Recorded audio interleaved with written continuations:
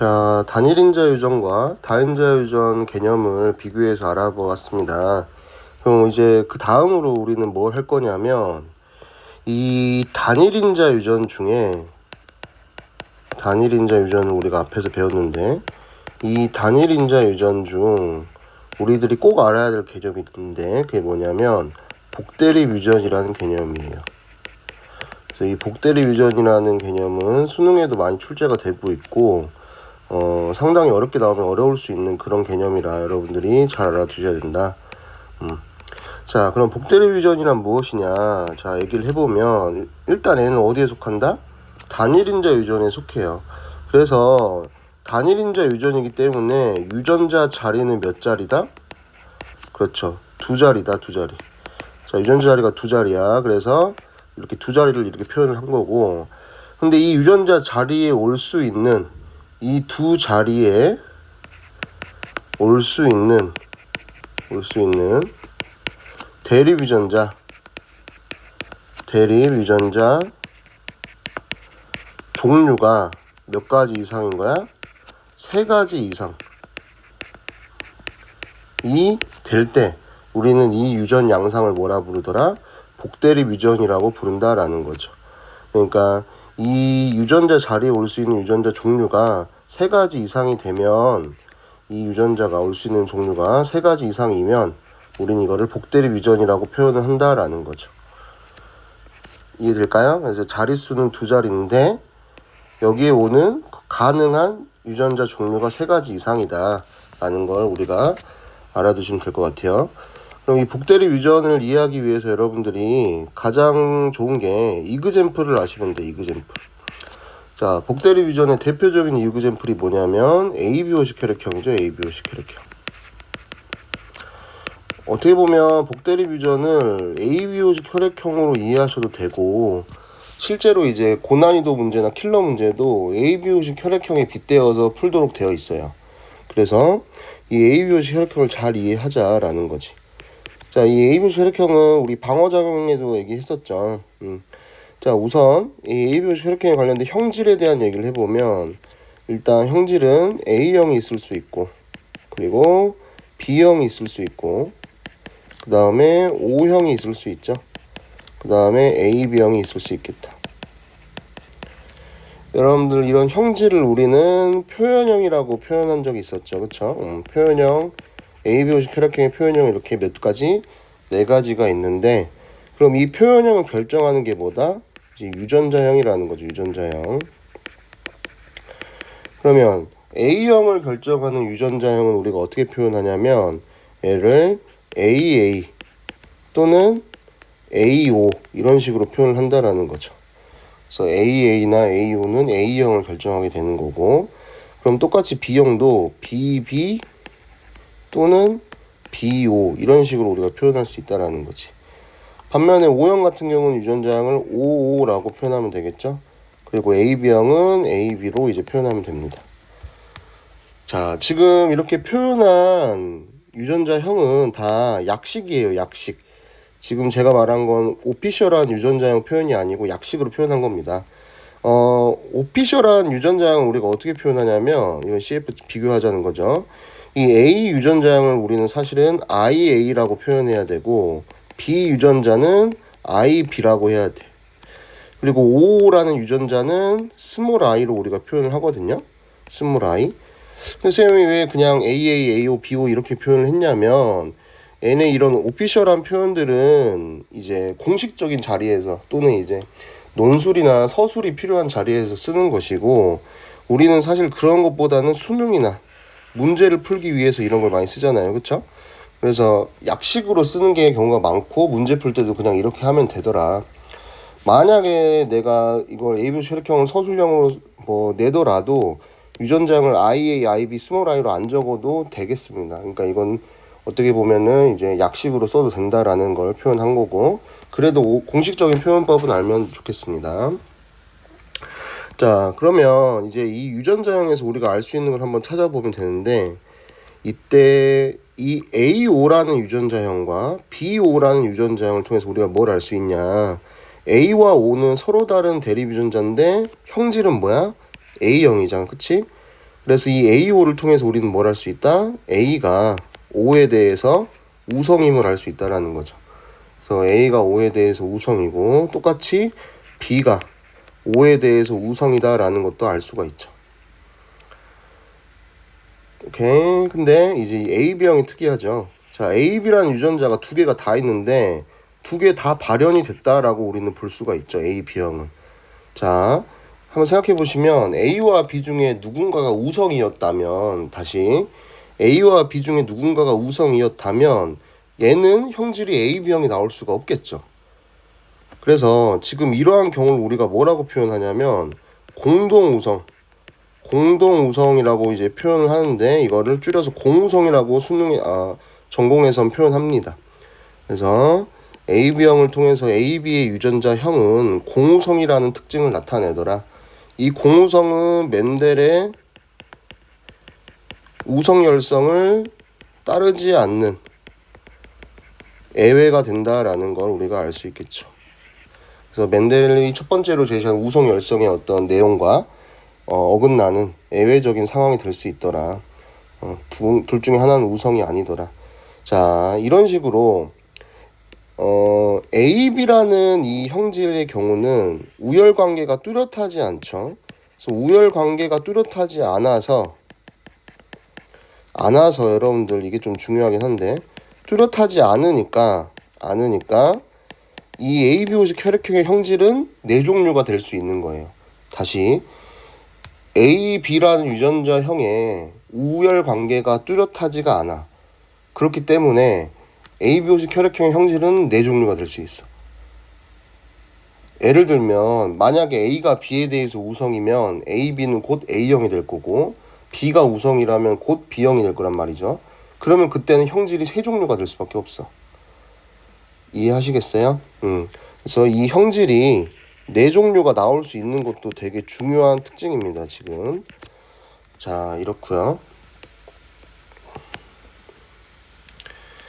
자, 이러한 상황에서 여러분들 우리가 지금 ABO식 혈액형을 왜 배우고 있냐면 이 ABO식 혈액형의 복대립 유전이라는 뜻인데 얘가 왜 복대립 유전이냐 지금 보면 알 수 있죠.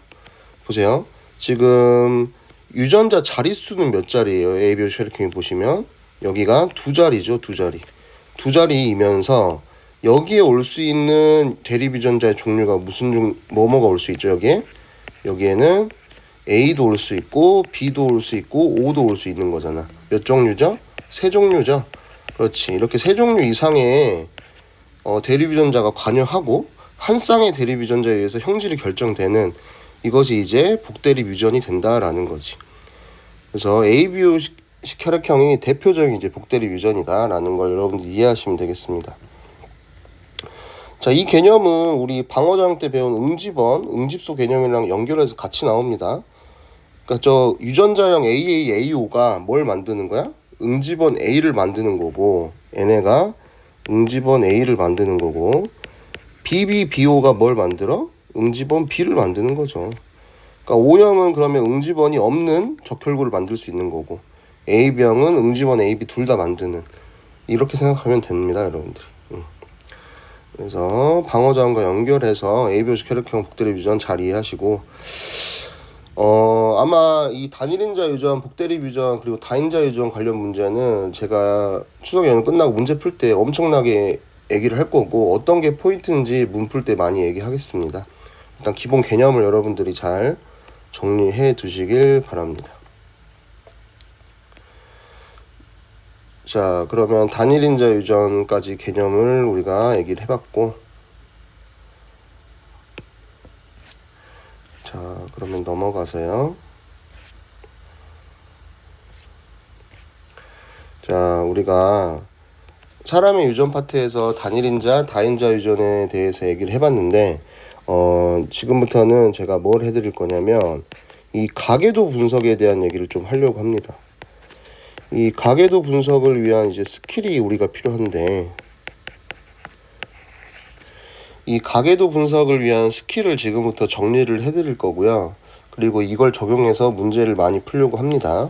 그래서 여러분들 지금부터 이 스킬을 잘 정리하셔서 논리적으로 그리고 인과관계적으로 문제를 풀길 바랍니다. 자, 그러면 일단 시작하겠습니다. 자, 가계도 분석 문제가 여러분들 이제 문제를 풀 때 딱 나온다면 가장 첫 번째로 해야 될 게 뭐냐? 첫 번째는 우열 확인이더라. 자, 우열 확인. 그러니까 우성과 열성, 우성 형질, 열성 형질 또는 우성 유전자, 열성 유전자를 확인하는 것이다. 그럼 우열 확인을 할 때 뭐부터 해야 되냐? 첫 번째 여러분들 우리 배웠죠? 키스텝을 먼저 적용해라. 그러니까 이건 이제 선생님 표현이죠. 그래서 부모에게 없는 형질이 자손에게 있는 것 찾아. 그래서 자손에게 그 형질이 있다면 뭐다? 자손의 형질이 열성이 되면서 우리는 우열 확인할 수 있다라는 거지. 이렇게 하면 문제가 쉬워지죠, 여러분들. 자, 하지만 이제 우리가 흔히 접하는 고난이도 킬러 문제들은 왜 킬러냐면 이 우열 확인이 적용이 안 돼서 이제 킬러가 되죠. 자, 두 번째 방법, 문제를 보는데 1번이 적용이 안 돼요. 키스텝이 적용이 안 돼. 이 키스텝이 적용이 안 될 시에는 우리가 어떻게 하면 되냐? 문제 조건을 사실 봐야죠, 이때는. 문제에서 제시하고 있는 조건들이나 상황들을 이제 확인을 하셔야 돼. 이때부터는 이제 해석하는 능력이 필요한데요. 자, 이때 문제 조건을 확인할 때 여러 가지 문제 조건이 있을 수 있어요. 참 다양한 문제에서 여러 가지 방식으로 문제 풀기 하는데, 이런 다양한 문제 조건들을 제가 뭐 체계화 해가지고, 그러니까 어떤 강사의 강의를 의하면 이게 한 25가지, 15가지, 25가지 돼요. 그러니까 이거를 다 외워가지고 그때마다 이건 몇 번째 스킬이지 하면서 딱 이렇게 하기가 조금 저는 그렇더라고요. 전 좀 그렇게 문제 풀는 게 힘들더라고요. 이제 암기하는 것도 싫어하고.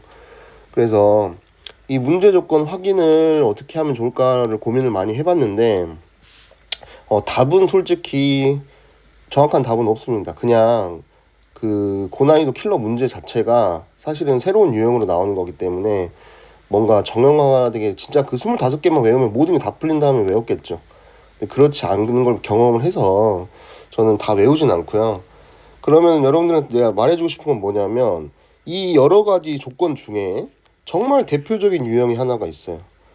이 문제 조건 중에 대표적인 이그젬플이 하나 있어. 그래서 우리 이것만은 꼭 알고 가자라고 말을 해주고 싶어. 근데 경험상 기출문제 90%는 뭐 과거 기출 기준이죠. 과거 기출 기준으로는 거의 90%가 이거 관련해서 내고 있고, 여러분들이 풀고 있는 자체 문제집에서도 지금 제가 이그젬플로 제시한 이 조건들이 많이 쓰여요. 그래서 문제 풀면서 이거를 좀 경험을 하면 좋을 것 같아서 이제 이 조건만은 알고 갑시다. 어떤 조건이냐면 이런 상황이 제시가 돼요. 부모가 있는데 이 부모의 유전자형이 각각 한 종류의 대립 유전자만 가지는 경우가 있어. 다시, 부모님이 있는데 아버지 어머니 모두 유전자형이 한 종류의 유전자, 한 종류의 대립 유전자로만 구성되어 있는 거야.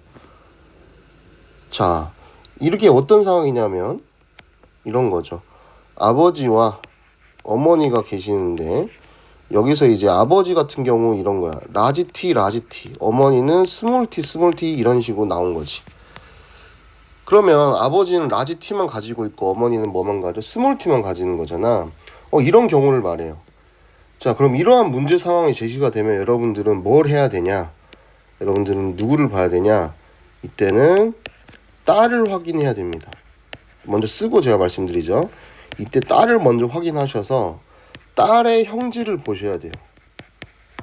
그래서 딸의 형질이 결국적으로는 우성이 됩니다.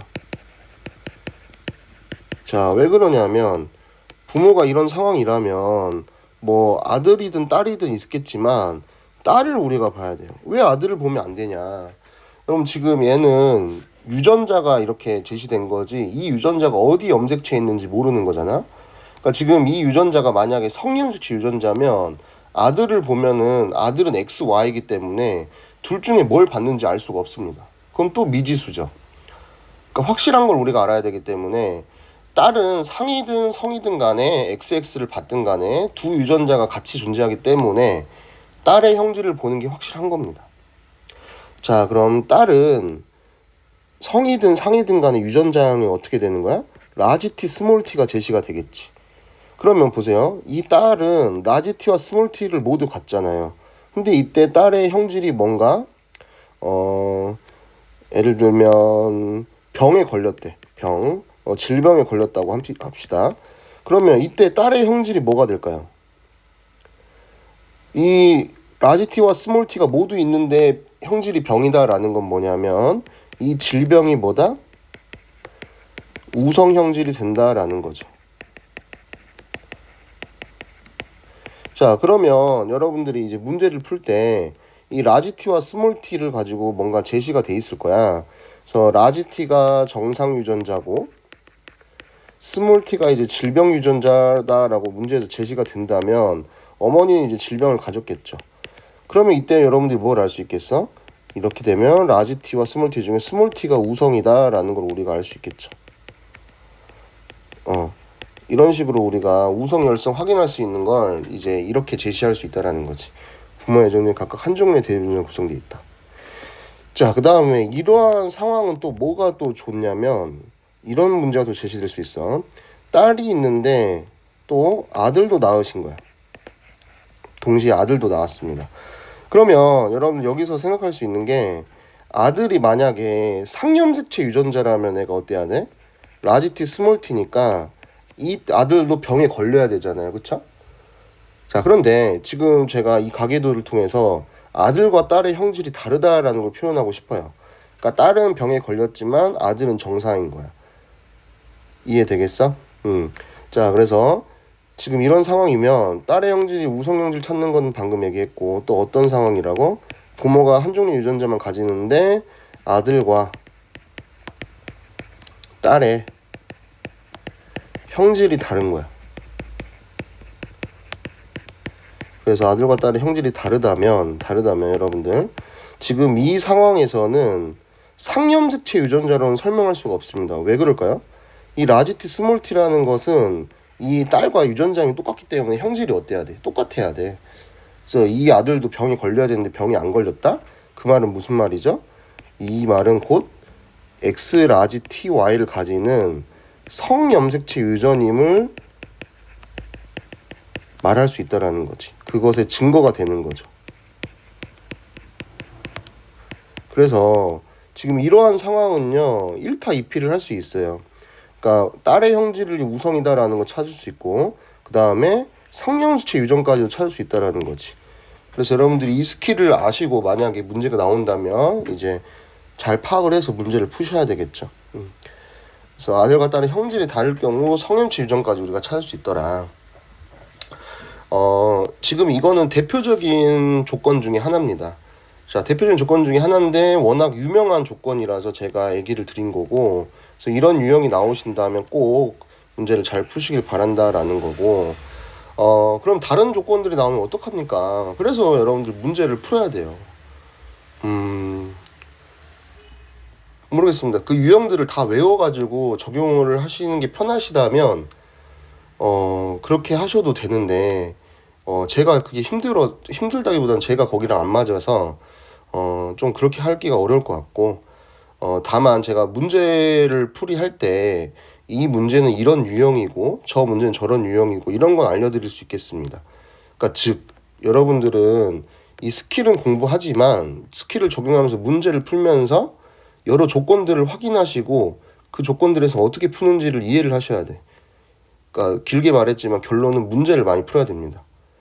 그래서 제가 이렇게 강의를 찍는 이유도 뭐냐면 결국 유전은 문제 푸는 싸움이거든요. 제가 아무리 개념 강의를 많이 해봤자 우리 수능을 못 풀어요.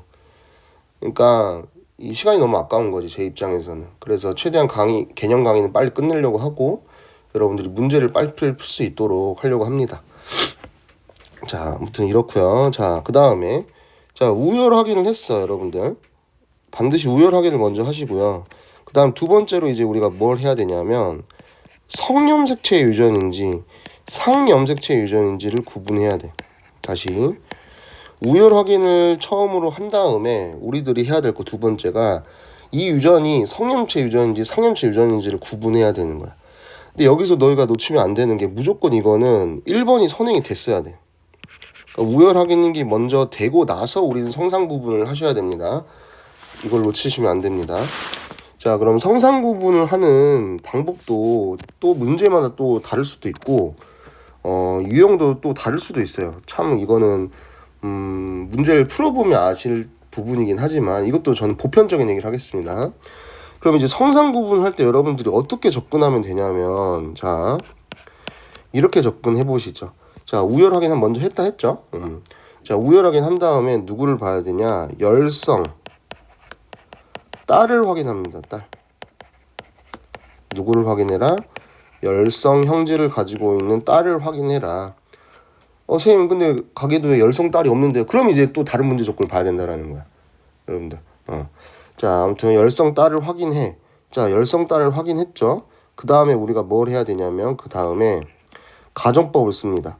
if 열성 딸을 확인한 다음에 if 이 유전이 성염색체 유전이라고 가정을 해보는 거야.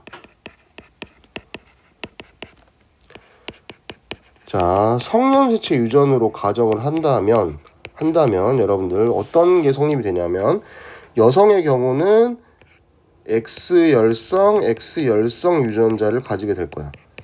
맞죠? 열성을 줄여서 X열이라고 했습니다. 그러면 여러분 뭐가 성립이 되냐면, 아버지 있잖아, 아버지 부는 어떻게 돼? 무조건 열성 형질을 가지겠죠. 이해될까요? 아버지 쪽은 무조건 열성 형질을 가지게 됩니다. 맞죠? 여기까지 맞죠? 근데 아버지가 무조건 열성 형질을 가져야 되는데 여기서 중요한 건 뭐냐면, 위 가정이 위배되는 상황이 제시가 돼야 돼.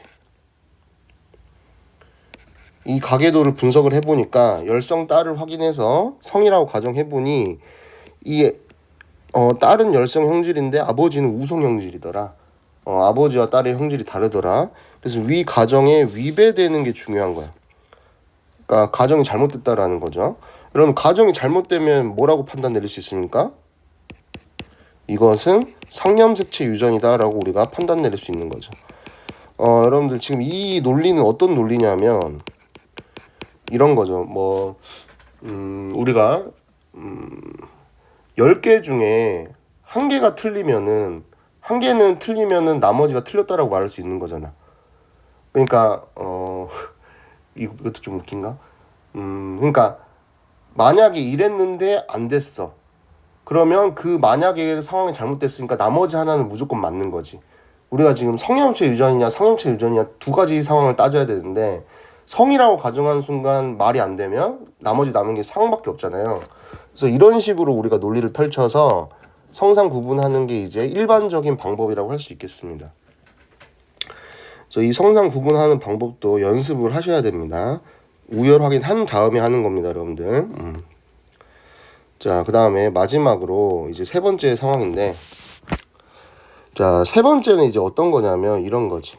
봐봐. 제가 우열 확인을 한 다음에 성상 구분을 하라 그랬는데, 이런 상황이 제시될 수 있어. 가계도를 푸는데 요즘에 최근에 이게 핫한데, 우열 확인하지 말고 우열 확인이 안 돼 있는 상황이야. 확인이 안 돼 있는 상황인데 X염색체 유전이라고 제시한 거야. 즉 성염색체 유전이다라고 제시를 한 거죠, 문제가. 아싸리 처음부터 문제가 우열 확인이 안 돼 있는 상황에서 이건 X염색체 유전입니다 라고 제시를 한 상황인 거야. 그럼 이거는 앞에 1, 2 순서가 거꾸로 된 거죠.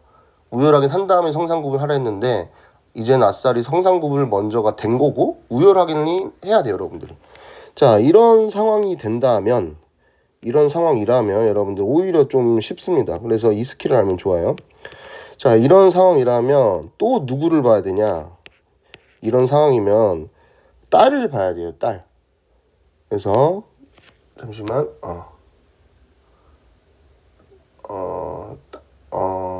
딸을 봐도 되는데 잠깐만요. 죄송합니다. 제가 헷갈려서. 딸을 보기 전에 어머니를 보세요. 어머니가 있고 어머니 모, 그다음에 어머니의 아들이 나와 있을 거야. 모자. 어머니 그리고 아들을 보거나 또는 어떤 상황을 보면 되냐면 딸이 있으면 딸을 이제 만약에 여자라고 해볼게요. 여부를 한번 보세요. 모자 여부. 자, 여기가 이 여자는 이제 딸이라는 뜻입니다. 딸과 아버지를 봐라라는 건데, 그러니까 즉 엄마와 아들 또는 딸과 아빠 관계를 보는 거야. 이때 이 관계를 볼 때 어떻게 봐야 되냐면, 이 관계를 봤을 때 이 상황인 거야. 지금 여러분들 우열 확인 안 돼 있고 X염색 주전 제시를 했어. 이때 이제 형질이 다르다면, 이때 형질이 다를 시 누구의 형질이 우성이냐면 여성의 형질이 우성이 되겠습니다. 자, 다시. 자, 모자, 엄마와 아들, 그리고 딸과 아버지, 그래서 여부. 이때 이 관계를 봤을 때 둘의 형질이 다르게 가계도에 나와 있으면 이때는 여성, 뭐 딸이든 엄마든 이 여성의 형질이 우성이 된다라는 걸 우리가 기억을 하시면 돼요. 이 스킬을. 이 스킬을 이해를 한번 시켜보자면, 예를 들면 이런 거죠. 어머니가 있고 이제 아들이 있는 거야. 자, 근데 아들은 병에 걸렸대. 지금 이게 무슨 유전이야? X염색체 유전인 거야. 그러면 이 아들은 어떤 상황이냐면 X염색체 위에 병 유전자가 있어야 돼. 그렇죠? 근데 이 X병 유전자는 누가 줘야 돼? 엄마가 줘야 되지. 그럼 어머니는 무조건 뭘 가져야 돼? X병 유전자를 가진 염색체가 있어야 돼. 근데 엄마 형질이 뭐야? 정상이잖아. 그럼 어머니는 뭐가 있어야 돼? 정상 형질을 가지는 유전자가 있어야 돼. 그러면 정상 유전자와 병 유전자가 동시에 있는데 뭐가 됐어? 어머니는 정상이시네. 그래서 여성의 형질이 우성이 된다라는 거죠. 이해될까요? 지금 이 상황을 잘 이해하셔야 됩니다. 이해하시고 자기 것을 만들어야 됩니다. 똑같이 이제 아버지와 딸 관계를 봐도 아버지가 있고 이제 딸이 있을 때 이때도 예를 들면 아버지가 병에 걸리셨대. 그러면 아버지는 X병 Y인데 이 X 염색체는 딸에게 가잖아요. 그럼 딸은 XX에서 병 유전자를 아빠한테 하나 받았어. 근데 이분이 정상이라는 것은 이 하나는 정상 유전자가 있다라는 거지. 그럼 결론 정상이 병에 대해서 우성이 되는 거야. 그러니까 여성의 형질이 곧 우성이 되는 거죠. 자, 그래서 지금 세 번째 스킬까지 제가 얘기를 드렸어요. 우열 확인이 안 된 상황에서 X염색체 유전인 게 제시가 됐으면, 문제에서 여러분들 또 파악을 했으면 모자 또는 여부, 딸과 아버지 관계를 봐라. 그 상황에서 둘의 형질이 다르다. 그러면 어머니 또는 딸의 형질이 우성이더라라는 거죠.